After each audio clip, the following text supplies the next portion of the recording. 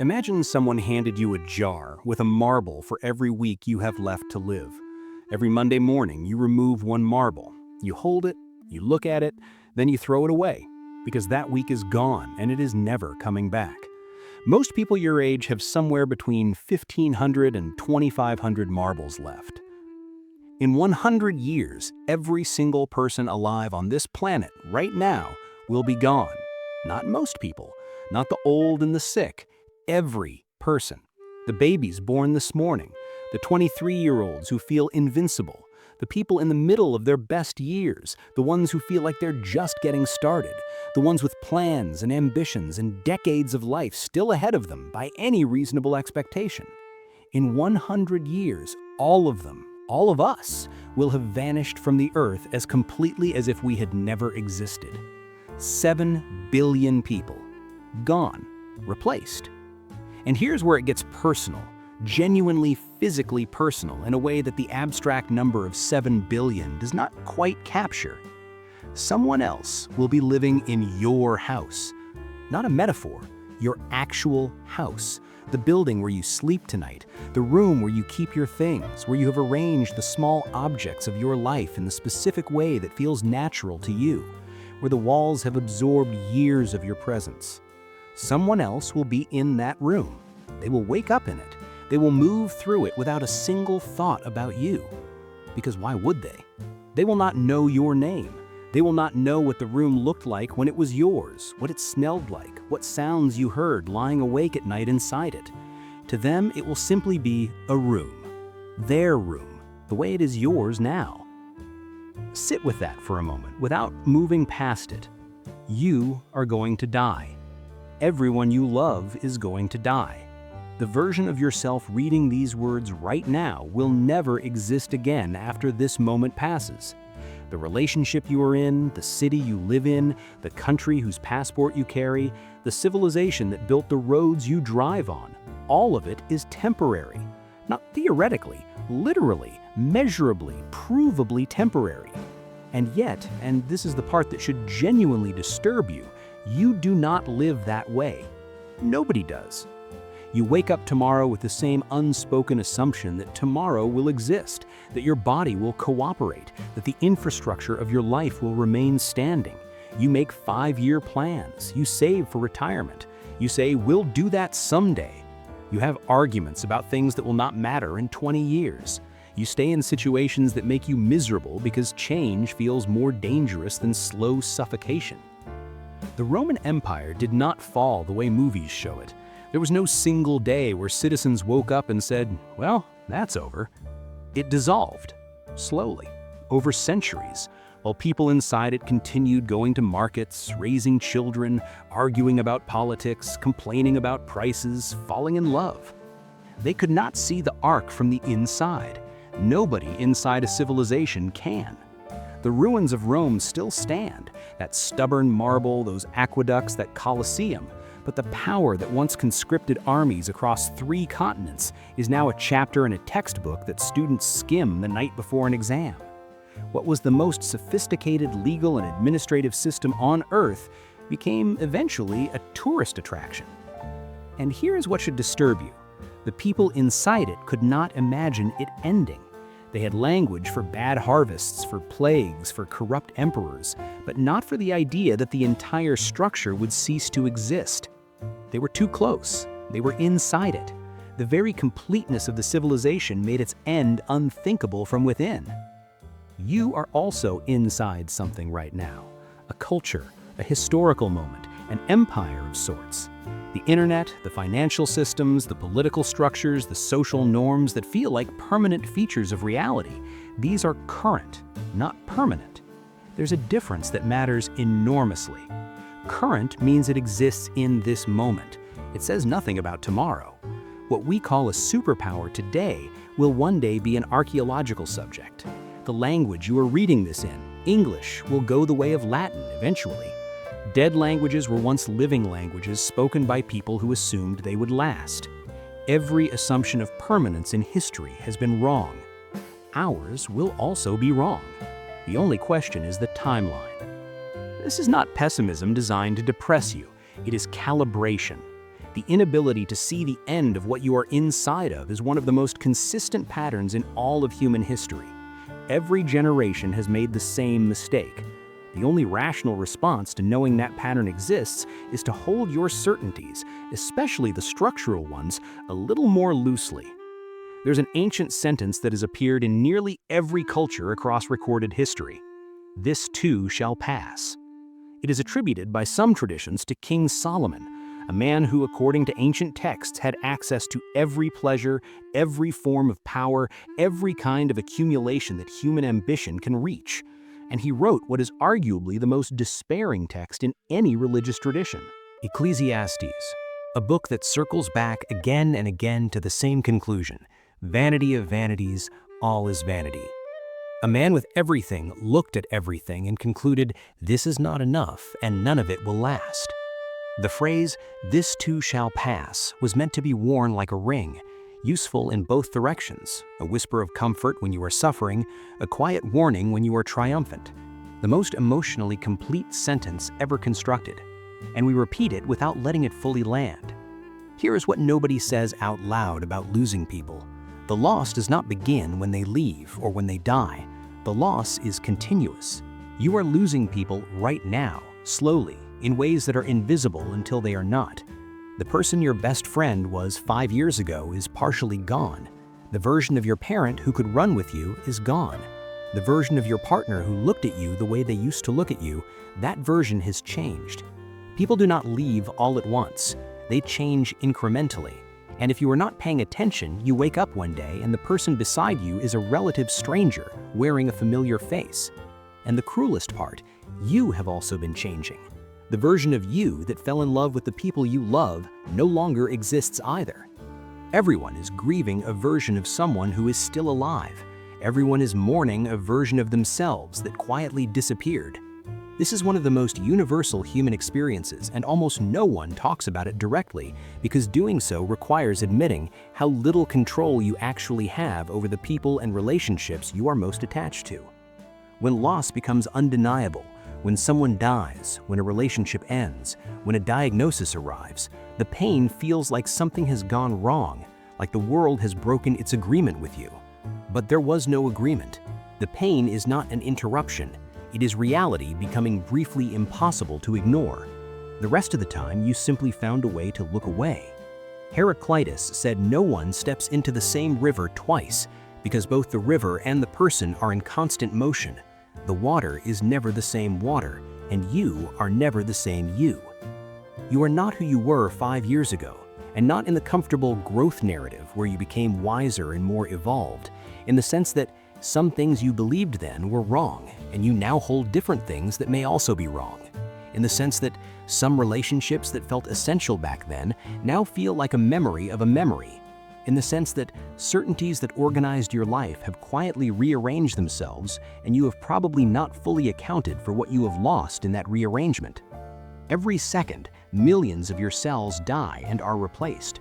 Your neural system continuously rewires its synaptic architecture through every experience.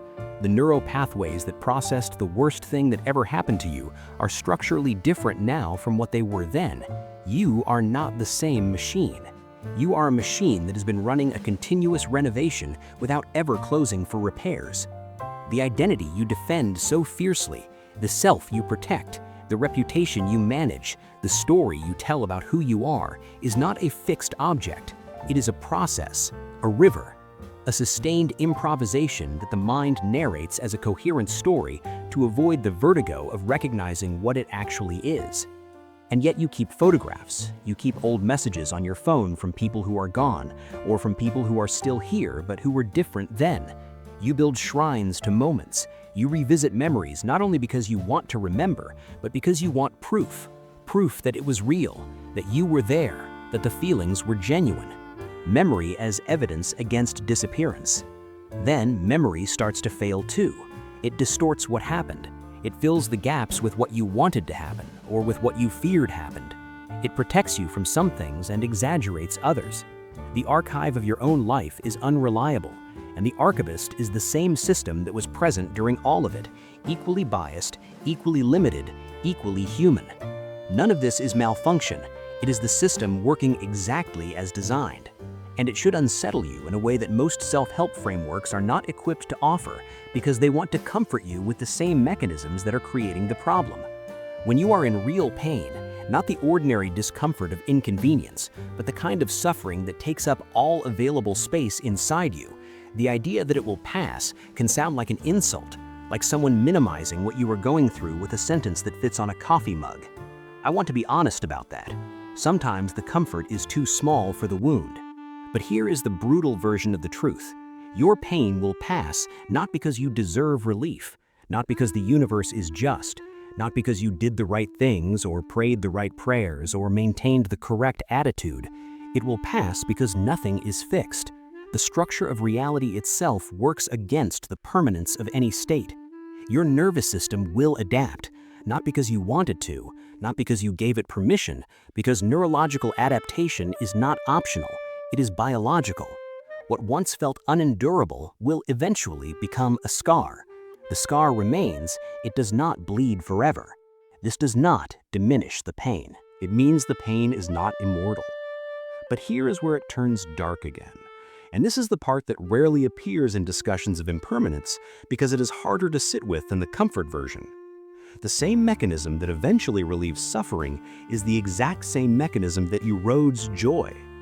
The promotion that felt like it changed your life becomes routine within weeks. The relationship that once made you feel genuinely electrically alive settles into something comfortable, then ordinary, then something you maintain rather than something you experience. The house, the milestone, the achievement, all of it becomes furniture, background. The extraordinary becomes expected, and the expected stops registering. This is called hedonic adaptation. It is one of the most thoroughly documented and least discussed findings in all of psychology. You are biologically designed to stop feeling the good things. The peak of something wonderful has a shorter half-life than the depth of something painful. Losses hurt longer than equivalent gains feel good. The nervous system is asymmetric. It is more sensitive to what it fears losing than to what it has gained. Nobody tells you this explicitly when you are working toward things. Nobody sits you down and says, even if you get everything you think you want, the feeling will fade faster than you expect. And the version of you that finally arrives at that destination will be standing there wondering why it feels so ordinary. Because if they did tell you, honestly and clearly, the motivational machinery of modern life would require a complete redesign. Let me say some things directly that most discussions of impermanence leave carefully unsaid. Most people do not actually believe they're going to die. Not in the way that changes behavior. They believe it the way they believe in the heat death of the sun. Technically, yes, but not in a way that is operationally present. If you genuinely, viscerally believed every single day that your number of remaining days was finite and actively decreasing, you would live completely differently. Not in panic, in clarity. The things that currently consume enormous portions of your mental energy would lose their grip immediately. The grievances you are carrying would feel exactly as heavy as they actually are, which is much heavier than they deserve. The conversations you keep postponing would become urgent. The life you keep meaning to start living would start now. Most people are living lives organized around avoiding the knowledge they already have. Most people in long-term relationships are with someone who is slowly becoming a different person, and they are also slowly becoming a different person, and neither of them is talking about it directly. The version of your partner you fell in love with no longer exists. Neither does the version of you who chose them. You are two different people who have made a commitment to keep choosing each other through all the versions that come, which is actually something far more honest and far more remarkable than romantic mythology about finding your person and locking it in. But people rarely frame it that way because doing so requires admitting that what you fell in love with is already partially gone, and the person who loved them is also partially gone. And you are both in something that requires continuous renegotiation even when nothing feels like it has changed. Most people have at least one relationship, a friendship, a family bond, a partnership that they know is no longer what it once was, that has fundamentally shifted, and they are maintaining it out of loyalty to a past version of it that no longer exists. They are preserving the shape of something while the substance has quietly left. They call this love or loyalty or commitment, and sometimes it is. But sometimes it is just the refusal to grieve something that ended quietly, without permission, without a clear moment they could point to. Most people have a version of their life they planned on having that they no longer discuss. Not because they forgot, because acknowledging it requires confronting the distance between who they are now and who they believed they would be by this point. That gap is its own kind of grief, quiet, continuous, socially invisible. Nobody hosts a ceremony for the life you did not live. Nobody sends condolences for the version of yourself that did not materialize. You just carry it. Most people, if they are honest, feel the weight of unlived possibilities sitting somewhere in their chest. The thing they meant to try, the version of themselves they were building toward before something redirected them. The dream they postponed until the postponement became the answer. And most people, and this is the most uncomfortable one, have lived entire years on autopilot without fully inhabiting them. Years that, looking back, feel like something that happened to them rather than something they chose. The terrifying thing about time is not that it runs out. It is that it runs out while you were busy doing things that did not require you to be fully present, and the running out feels like nothing until you look back and it's already behind you. Friedrich Nietzsche built his philosophy around a refusal to look away. He wanted confrontation, not consolation. And the confrontation he designed was elegant and brutal. Imagine, he said, you have to live this exact life again and again forever. Every single moment, every conversation, every failure, everything you are ashamed of, every ordinary evening, every moment of genuine love, every Tuesday that felt completely unremarkable, repeating, infinitely, in precise order, with no escape and no variation. Not a different life, this life, forever. Would you be able to say yes to that? Most people, if they answer honestly, feel something tighten in their chest at that question. Not because the life is bad, necessarily, because they have not been living it in a way that they could stand behind completely. Because there are choices they made out of fear instead of desire. Because there are years they spent maintaining the wrong things. Nietzsche called the response he was asking for Amor fati, the love of fate. Not tolerance of your life, not reluctant acceptance. Love, the active, deliberate choice to want what is, because it is yours, and because everything in it, including the worst parts, including the losses, including the failures, made you exactly what you are. He was not asking for naivety. He was asking for honesty so complete that it became affirmation. Buddhism arrives at a similar territory through a different entrance. At the center of Buddhist philosophy is a single observation that most people spend their lives resisting. Attachment is the structure of suffering. Not the painful things themselves, the attachment to how we want things to be. We love someone and want them to never change. We age and wish the body would remain as it was. We achieve something and want it to permanently define us. We have a good day and want to somehow hold on to the feeling of it. But nothing can be held. The moment you try to hold water in your fist, it is already escaping. What Buddhism asks for is not indifference. Indifference would be easy. It would just be a different kind of avoidance. What it asks for is awareness without possession, loving without needing to imprison, being fully present without demanding that the moment repeat, experiencing completely, then releasing. The self you are most attached to, the identity, the reputation, the coherent narrative of who you are, is also impermanent. Thoughts appear and dissolve. Emotions rise and recede. The felt sense of I that seems so solid and continuous is actually a story the mind tells itself to create the illusion of stability across a constantly changing stream of experience.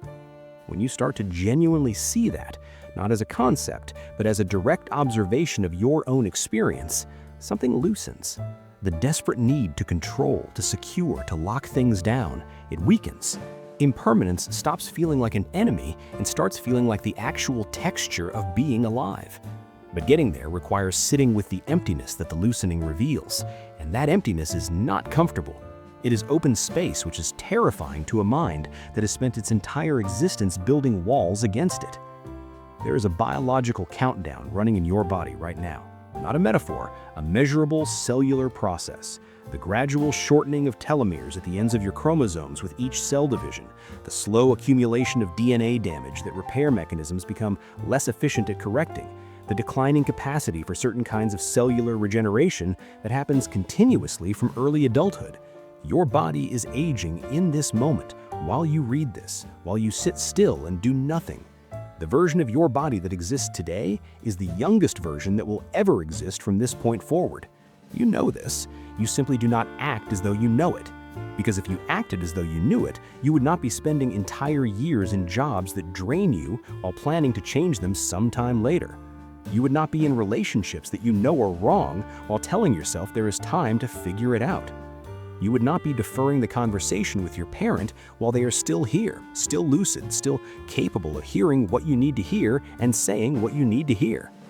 The specific cruelty of the clock is that it is silent and invisible until it is not. There is no sound when a year passes. There is no ceremony when you have officially run out of the good years of some relationship. No notification arrives when a parent crosses from early to middle to late. The transitions are gradual enough to miss completely, and then one day you look up and the thing you meant to do when there was more time is now something you will never get to do, because the conditions that would have made it possible are gone.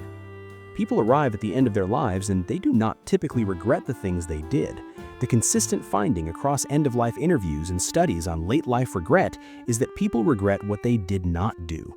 The expression that went unexpressed, the relationship that was never repaired, the work they believed in but never started, the courage they had the capacity for but never used. And the reason they didn't do those things is not usually that they forgot, it's that they were waiting for the conditions to be slightly more right, for the fear to be slightly smaller, for the stability to arrive before they could begin. The stability did not arrive. It never does. The perfect moment is not a real thing. It's a story the risk-averse mind generates to justify the delay. And delay is how entire lives disappear. So what do you actually do with this? You do not perform optimism. You do not read something like this and immediately construct a morning routine and call it transformation. That would be just another comfortable story replacing the one that just got uncomfortable. You do not chase urgency as a feeling. Urgency fades with the same hedonic adaptation that everything else fades. What you do is look directly, without arranging it into something more tolerable. The impermanence is real. The forgetting is real.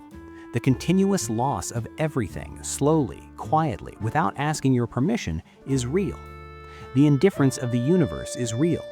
The fact that your pain is not special to the cosmos, even when it is the largest thing in your world, is real. The fact that even the things you love most are already changing, already in motion, already becoming something other than what they were, that is real. And inside all of that, there is still this. You are here. The moment you are in is one that will never repeat. The capacity to feel anything at all, grief, love, boredom, the specific quality of light in a room at a particular hour is not nothing. It is genuinely extraordinary in a universe that is mostly cold gas and silence. That consciousness exists at all, that matter arranged itself into something capable of asking questions about its own existence and finding the answers unbearable, is one of the stranger and more remarkable accidents in 13.8 billion years of cosmic history. The Stoics had a practice, memento mori. Remember that you will die. Not as a morbid fixation, as a clarifying lens. When you hold the fact of death, yours, everyone's, as a real and present awareness rather than an abstract future event, the trivialities that consume most of life immediately reveal themselves for what they are. What is worth your actual time and attention becomes obvious. What is not becomes equally obvious. The lens is brutal. It is also clarifying in a way that nothing else is. This too shall pass, including you, including everyone you love, including everything built by human hands and human hope and human longing. The works that felt permanent, the relationships that felt infinite, the version of you that is reading this right now, all of it passing. And precisely because of that, precisely because it is temporary, precisely because it will not repeat, precisely because there is no guaranteed extension of any of this, this moment carries a weight that is not nothing. Not a weight that crushes, a weight that means something. The kind of weight that only exists because the thing has limits. A life lived in full awareness of its own impermanence is not a sad life. It is a different quality of life. More awake, more honest, less willing to waste its remaining hours on things that do not deserve them. That is the only rational response to knowing what you already know. Stop pretending you have more time than you do and start living inside the time that you have. If you made it here, you already know this channel is not for people who want to be comforted. It is for people who are willing to look at difficult things without needing them softened. If that is you, if this conversation is the kind you have been looking for, consider becoming a member. It is the most direct way to support this work, and it opens access to deeper conversations that do not make it into the main videos. For those who want to go further, Pessimistic Philosophy, The Lucid Darkness is a serious exploration of the hardest truths of existence, without illusion, without false consolation, and without pretending any of this is easier than it is. The link is in the description.